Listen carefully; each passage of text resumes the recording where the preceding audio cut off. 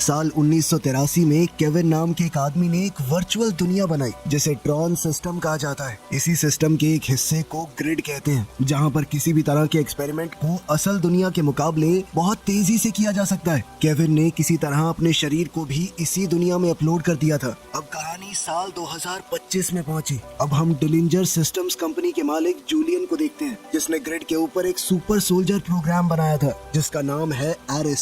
सालों की ट्रेनिंग के बाद एरिस अब इतना ताकतवर हो चुका था कि वो एक समय पर बहुत सारे दुश्मनों से लड़ सकता है। एरिस को जूलियन अपनी कंपनी का हुक्म का इक्का समझता है। अब उसने इन्वेस्टर्स के लिए एक खास प्रेजेंटेशन रखी। सभी इन्वेस्टर्स ने जब सेफ्टी ग्लासेस पहन लिए तो एक बहुत बड़ी मशीन एक्टिवेट हुई जिसने कई लेजर्स की मदद से कमरे के बीचों बीच एक टैंक बना दिया। ये टैंक आधुनिक हथियारों से भरा हुआ था, किसी भी तरह के युद्ध में जाने के लिए बिल्कुल तैयार। जूलियन ने इन्वेस्टर्स को बताया कि इस टैंक को मैंने ग्रिड सिस्टम के अंदर बनाया है और लेजर्स के जरिए असल दुनिया में लाया गया है। अब ये एक बार बना दिया ना, इसको जितनी मर्जी बार कॉपी कर लो। हम कुछ ही मिनटों में इस टेक्नोलॉजी से बहुत सारे टैंक बना सकते हैं, दुनिया की किसी भी फौज को हरा सकते हैं। साथ ही उसने अपने फौजी एरिस को दिखाया जो कि टैंक के अंदर से निकला। उसने बताया कि एरिस बहुत ज्यादा ताकतवर है, उसका पूरा कंट्रोल उनके पास है तो वो गद्दारी नहीं कर सकता। अगर लड़ाई में एरिस मर भी गया तो फर्क नहीं पड़ता, हम 2 मिनट में दूसरा प्रिंट कर देंगे। तभी बाहर से बिजली कड़कने की आवाज आई तो एरिस ने सबसे कहा कि जल्द ही बारिश होने वाली है।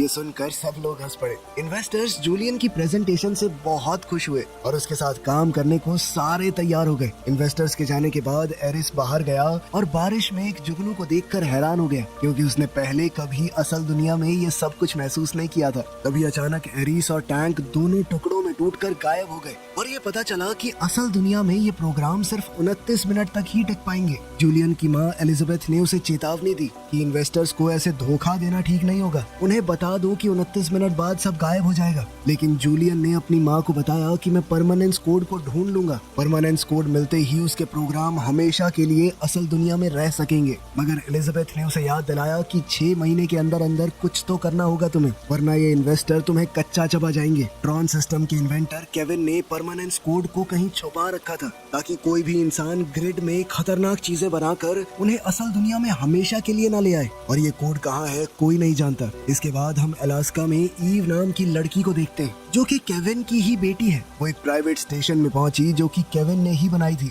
फिर बाद में उसकी बहन टेस ने इस जगह का इस्तेमाल किया, लेकिन फिर बाद में उसकी मौत कैंसर से हो गई। ईव ने जैसे ही कंप्यूटर चलाया उसे टेस का एक मैसेज मिला जिसे देखकर वो बहुत भावुक हो गई। कुछ देर बाद उसका दोस्त सेथ भी वहाँ पर आ गया। टेस ने अपनी पूरी जिंदगी परमानेंस कोड ढूंढने में लगा दी थी और अब ईव और सेथ मिलकर उसके इस मिशन को आगे बढ़ाने वाले थे। 4 दिनों तक जमा देने वाली सर्दी में रहते हुए उन्होंने ढेर सारे पुराने डेटा को छान मारा। आखिर में उन्हें डीएनए की शेप का एक अजीब सा कोड मिला। उस कोड को टेस्ट करने के लिए उन्होंने ग्रिड के अंदर एक संतरे का पेड़ डिजाइन किया और फिर लेजर्स की मदद से उसे असल जिंदगी में ले आए। उन्होंने बड़े ध्यान से स्टॉप वॉच चलाई, ये देखने के लिए कि 29 मिनट बाद भी पेड़ रहेगा या नहीं, लेकिन उस पेड़ का कुछ नहीं बिगड़ा। उधर एरीज फिर से ग्रिड में जागा, लेकिन इस बार वो बहुत डरा हुआ था। उसके दिमाग से जूलियन की बातें जा नहीं रही थी। जब वो एरीज के लिए बोल रहा था कि अगर ये तबाह भी हो गया तो दूसरा बना लेंगे, उसकी दूसरी कमांडर एथीना ने पूछा कैसी रही दूसरी दुनिया की सैर। एरीज ने उसे बताया कि बारिश तो कुछ अलग ही महसूस हो रही थी। एथीना को उसकी बातें समझ नहीं आई क्योंकि वो कुछ महसूस थोड़ी कर सकते हैं, वो लोग इंसान थोड़ी हैं। अगली रात एनकॉम कंपनी ने अपनी लेटेस्ट गेम के लॉन्च के लिए एक बड़ा इवेंट रखा। उनका चीफ टेक्नोलॉजी ऑफिसर अजय बहुत परेशान है और ऊपर से मीडिया भी इवेंट से उसके गायब होने की खबर पूरे शहर में फैला रहा था। इसी बीच एलिजाबेथ को पता चला कि जूलियन एनकॉम को हैक करने वाला है, क्योंकि वो जानता है कि ईव भी परमानेंस कोड के पीछे लगी हुई है। एलिजाबेथ ने कहा कि ये बहुत रिस्की है, रहने दो, लेकिन जूलियन ने अपनी माँ की बात को नजरअंदाज कर दिया और अपनी फौज को भेज दिया ईव की यूजर फाइल्स चुराने के लिए। जल्दी ही एरिस, एथीना और दूसरे कुछ फौजी ग्रिड के अंदर एनकॉम के सर्वर में घुस गए। उन्होंने एक खास हथियार की मदद से बिल्डिंग की दीवार में एक सुराख खोल दिया जिससे वो अंदर घुस सके। तभी असली दुनिया में एक गार्ड को अलर्ट का मैसेज मिला। जूलियन की टीम ने बड़ी आसानी से डिजिटल गार्ड्स को मार दिया और एरिस इंफॉर्मेशन ब्लॉक तक पहुंच गया, जहां से जूलियन को एनकॉम के पूरे सिस्टम की जानकारी मिल गई। मगर तब तक सिक्योरिटी प्रोग्राम्स एक्टिवेट हो गए थे।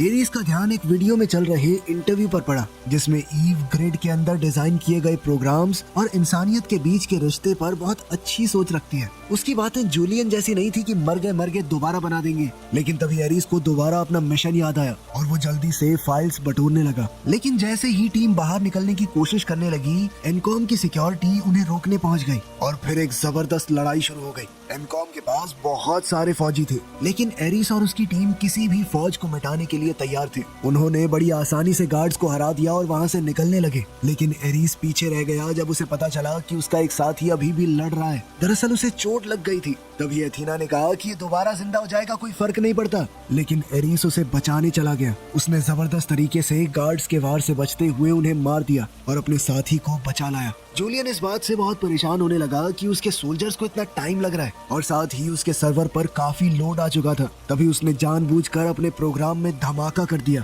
जिस वजह से उसके सोल्जर्स के साथ साथ एनकॉम का पूरा सर्वर भी उड़ गया और यहाँ अजय की प्रेजेंटेशन भी खराब हो गई और गेम का लॉन्च रद्द करना पड़ा। कुछ समय बाद एरिस को अपने कमरे में होश आया और उसने देखा कि उसका जो साथी जख्मी हो गया था वो वापस ही नहीं आया। उसने जूलियन से इस बारे में पूछा तो जूलियन ने कहा कि जो भी नाकाम होगा उसे डिलीट कर दिया जाएगा। ये सुनकर एरिस अंदर से हिल गया। अब जूलियन ने उसे एक नया मिशन दिया। उसे किसी भी हालत में ईव को ढूंढना होगा। इसके बाद जूलियन को अजय का कॉल आया। अजय बहुत गुस्से में था। उसने जूलियन को धमकी दी कि वो 29 मिनट की लिमिट के बारे में पता है तेरे इन्वेस्टर्स को, अगर मैं बता दूं तो। लेकिन जूलियन उसे उल्टा चिढ़ाने लगा कि तेरी मालकिन ईव कहाँ पे है कुत्ते, जिसके इशारों पे भौंकता है तू। इस बात से एजे ने गुस्से में आकर फोन काट दिया। कुछ दिनों बाद ईव और सेथ अलास्का से निकल पड़े, अपने साथ ग्रिड से लाए हुए संतरे लेकर। जैसे ही उनके फोन में नेटवर्क आया, एजे ने तुरंत ईव को कॉल किया और गुस्से में सब कुछ बताया कि क्या क्या हुआ है। ईव ने उसे शांत किया और बताया कि कोड मिल गया मुझे। उधर एरिस ईव की सभी फाइल्स को देखने लगा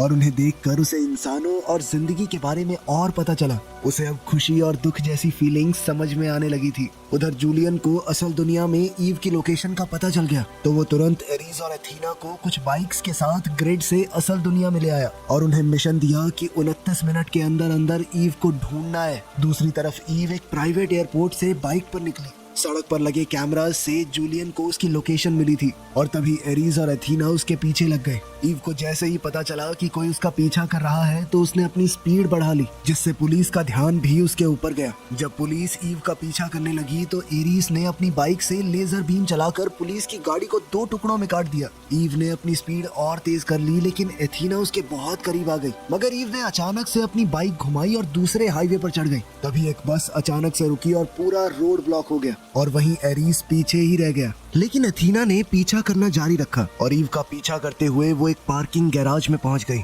ईव कुछ गाड़ियों के पीछे छुप गई और जैसे ही एथीना रैंप पर आई, ईव ने अपनी बाइक उस पर फेंक कर उसे गिरा दिया। तभी एरिस को अलर्ट मिला कि एथीना के ऊपर हमला हुआ है। वो जल्दी से बाइक भगाकर उस लोकेशन की तरफ पहुंचा। वहीं एथीना जल्द ही संभल कर रैंप पर चढ़ने लगी, लेकिन वहीं ईव उसकी बाइक चुरा कर तुरंत वहाँ से निकल पड़ी। जैसे ही वो सड़क पर निकली, एरिस भी वहाँ पहुँच चुका था और वो दोबारा से उसके पीछे लग गया। उसने ईव को रोकने के लिए लेजर बीम का इस्तेमाल किया, पर ईव जैसे तैसे बच गई। हालांकि इस पकड़ा पकड़ी में कई गाड़ियों के एक्सीडेंट हो गए। एरिस पूरी रफ्तार से ईव का पीछा कर रहा था, लेकिन अचानक से उसके सामने एक गाड़ी आ गई। गाड़ी के अंदर एक बच्चा था और एरिस उसे देखकर रुक गया। इसी बहाने ईव को आगे बढ़ने का मौका मिल गया। इस सारी घटना को जूलियन अपनी स्क्रीन पर देख रहा था और अपने इन फौजियों की नाकामी से नाराज होकर अपने कुछ लोगों को भी उसने ईव के पीछे भेज दिया। बहुत सारे बटन ट्राई करने के बाद ईव ने अपनी बाइक पर लेजर बीम एक्टिवेट कर दी, लेकिन एरिस बड़ी आसानी से उस लेजर बीम से बच गया। वो बाइक को और तेजी से चलाकर ईव के बिल्कुल पास ले गया।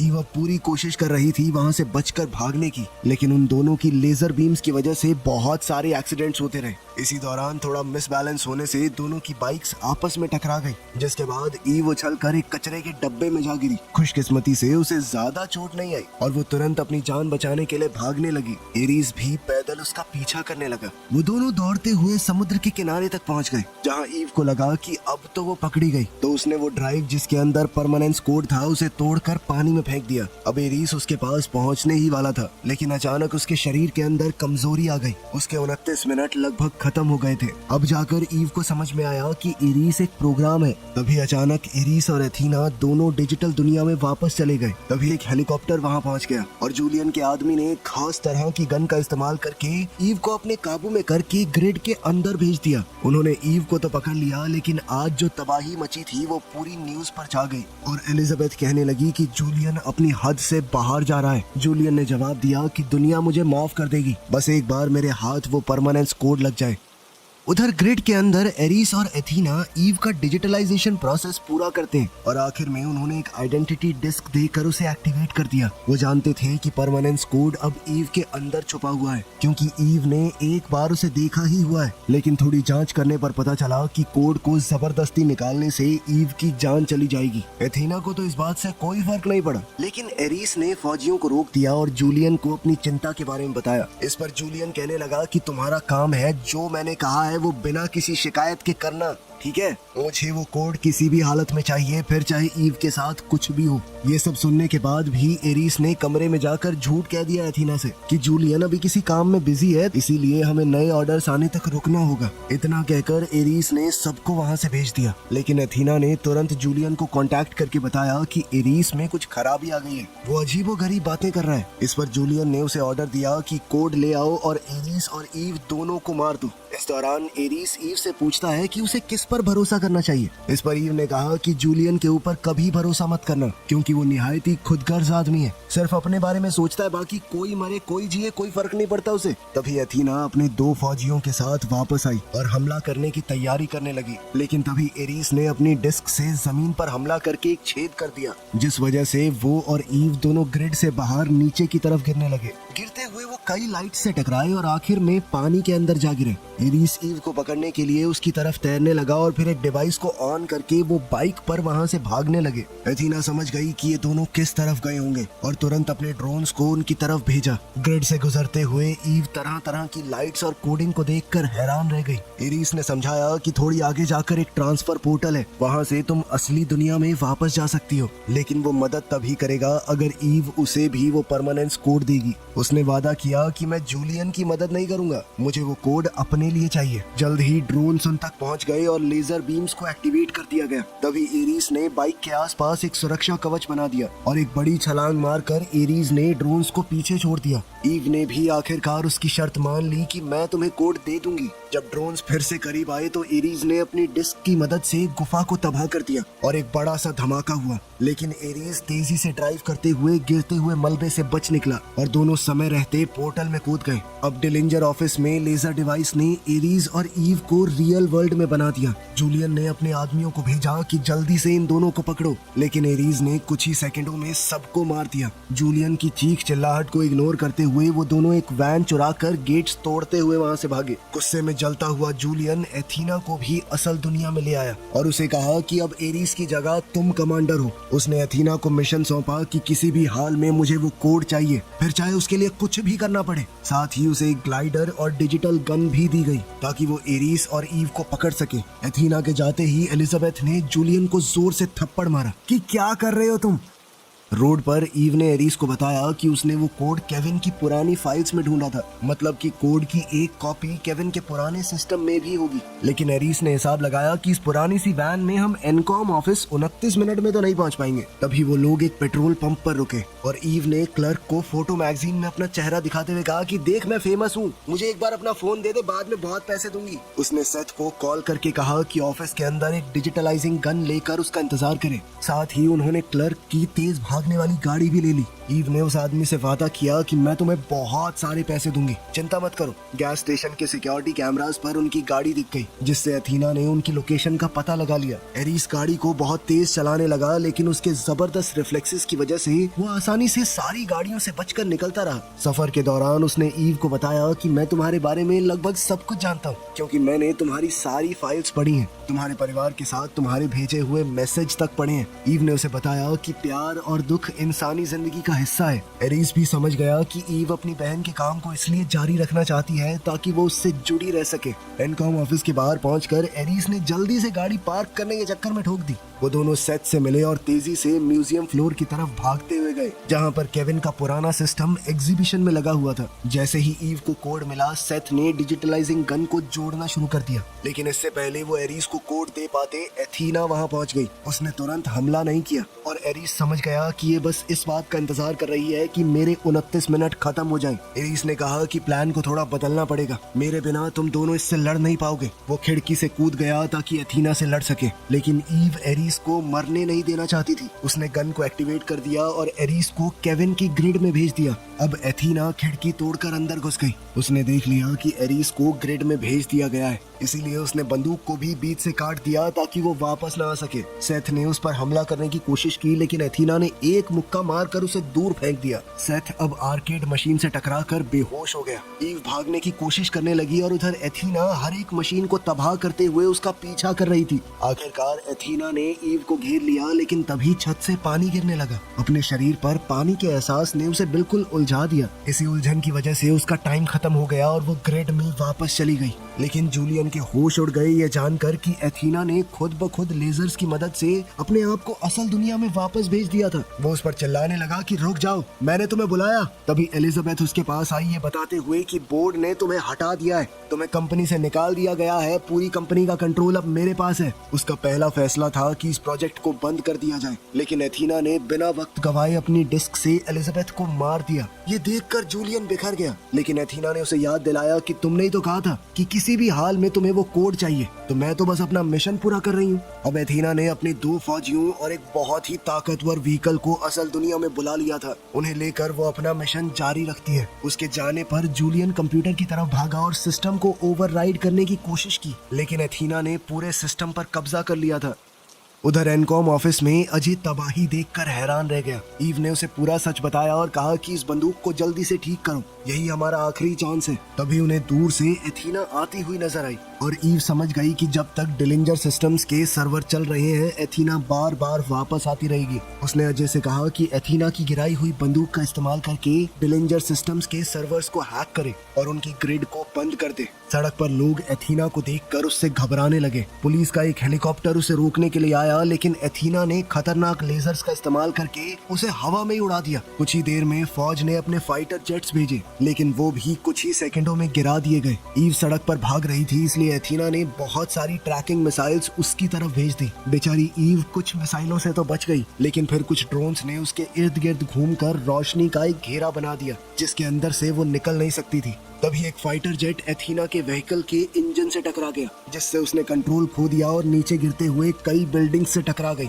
उधर केविन की ग्रिड में एरीज केविन की ही एक परछाई से मिला, जो कि इस पूरे सिस्टम को बनाने वाले इंसान केविन की ही एक कॉपी थी। एरीज ने कहा कि अगर तुम केविन हो तो तुम्हारे पास परमानेंस कोड भी होगा। देखो, वो कोड मुझे सिर्फ अपने लिए नहीं चाहिए, मैं जीना चाहता हूँ ताकि ईव को बचा सकूं। तुम्हारी पोती है वो। एरीज की बातें केविन को पसंद आई, इसलिए उसने परमानेंस कोड दे दिया और उसे एरीज की डिस्क में डाल दिया। एरीज ने अब अपनी डिस्क का इस्तेमाल करके एक रोशनी की बीम में कदम रखा, जो उसे केविन के पुराने बेसमेंट में ले गई। शहर में एथीना अब अपने टैंक में बैठ गई थी और उसने तेजी से जाकर ईव को पकड़ लिया। अब उसके वापस जाने के कुछ ही मिनट बचे थे, इसीलिए एथीना ने अपने रास्ते में आने वाली सभी गाड़ियों को चकनाचूर कर दिया। अचानक एरीज सड़क के बीच में आ गया और उसके सूट पर नए रंग चमकने लगे, जो बताते थे कि अब वो पूरी तरह आजाद है। एरीज ने अपनी डिस्क को टैंक पर फेंका, जिससे टैंक ने कंट्रोल खो दिया और क्रैश होकर टुकड़े टुकड़े हो गया। अब एरीज भागकर ईव के पास गया और देखा कि वो ठीक है। उधर एथीना फिर से सोल्जर्स प्रोग्राम के साथ वापस आ गई और तीनों एरीज पर हमला करने लगे। ये लड़ाई बहुत मुश्किल थी, क्योंकि वो सब भी एरीज की तरह ही ताकतवर थे, लेकिन एरीज ने दोनों सोल्जर्स को गिरा दिया। हालांकि इस प्रोसेस में उसकी डिस्क गिर गई। अब उन दोनों से लड़ने के बाद वो काफी कमजोर हो गया था और एथीना उस पर हावी होने लगी। जब वो एरीज को मारने ही वाली थी, तब ईव ने ऐन वक्त पर डिस्क उसकी तरफ फेंक दी। एरीज ने जैसे ही डिस्क का इस्तेमाल किया हमले को रोकने के लिए, एथीना का हथियार बीच से टूट गया। फिर एरीज और एथीना दोबारा से लड़ने लगे और इस बार एरीज उस उस पर हावी होने लगा। उसने एथीना का हाथ काट दिया और वो उसे खत्म करने ही वाला था, लेकिन तभी अजय ने डिलिंजर सिस्टम को हैक करके उनकी ग्रिड को ही उड़ा दिया, जिसके बाद शहर में डिलिंजर सिस्टम्स की मिसाइल ऊपर से ही गिरने लगी और एरिस ने एथीना को पकड़ कर रखा जब तक वो बिखर कर धूल नहीं बन गई। इसके बाद एरिस ने ईव से कहा कि ग्रिड सिस्टम को तुम्हारी जरूरत है, और फिर वो पुलिस के पहुंचने से पहले ही वहां से गायब हो गया। बाद में मीडिया ने इस इंसिडेंट को कवर किया और डिलिंजर सिस्टम्स के ऊपर कई केस लगे। पुलिस अब जूलियन को गिरफ्तार करने के लिए उसके ऑफिस में पहुंच गई, लेकिन इतने में जूलियन ने खुद को ग्रिड के अंदर भेज दिया ताकि वो गिरफ्तारी से बच सके। कुछ हफ्ते गुजरते हैं और अब ईव परमानेंस कोड का इस्तेमाल करके दुनिया की मदद करती है। सिर्फ एक बटन दबाने पर खाना और दवाइयाँ असल दुनिया में आने लगी। फिर एक दिन उसे एरीज का पोस्ट कार्ड मिला। वो पूरी दुनिया घूम रहा था इंसानियत को समझने के लिए। वीडियो पसंद आई तो लाइक कर देना, चैनल को सब्सक्राइब कर लेना। मिलते हैं अगली वीडियो में।